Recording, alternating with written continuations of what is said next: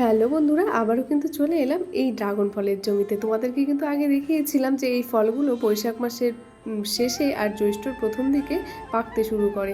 তো হ্যাঁ, জমিতে গিয়ে দেখছি এই যে ফল কিছু পেকেছে আবার কিছু পাকছে। রৌদ্র হলে নাকি খুব তাড়াতাড়ি পেকে যায় এই ফলগুলো।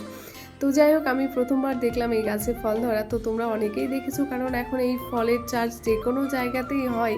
বাড়ির ছাদে থেকে শুরু করে যে কোনো ফসলের জমির আশেপাশে আনাচে কোনাচে কিন্তু আমরা এই ফল চাষ করতে দেখি। তো প্রত্যেকটা গাছে অনেক অনেক ফল এসেছে, কাঁচা পাকা প্রচুর ফল ধরে আছে।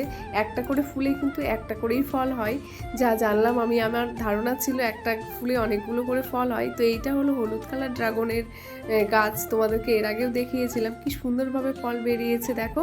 আর এই গাছের ফুলও দেখাচ্ছি তোমাদেরকে, এতটাই সুন্দর যে কি। ফলের গুণাগুণ কিন্তু অনেক, আমরা যারা জানি তারা কিন্তু খাই, আর যারা জানি না তারা কিন্তু এই ফলটা খুব কমই খাওয়া হয়। এই ফলের মূল্য কিন্তু বেশ ভালোই বাজারে আছে। তো আমিও কিনে নিলাম দুটো ফল। তো চলো, টাটা।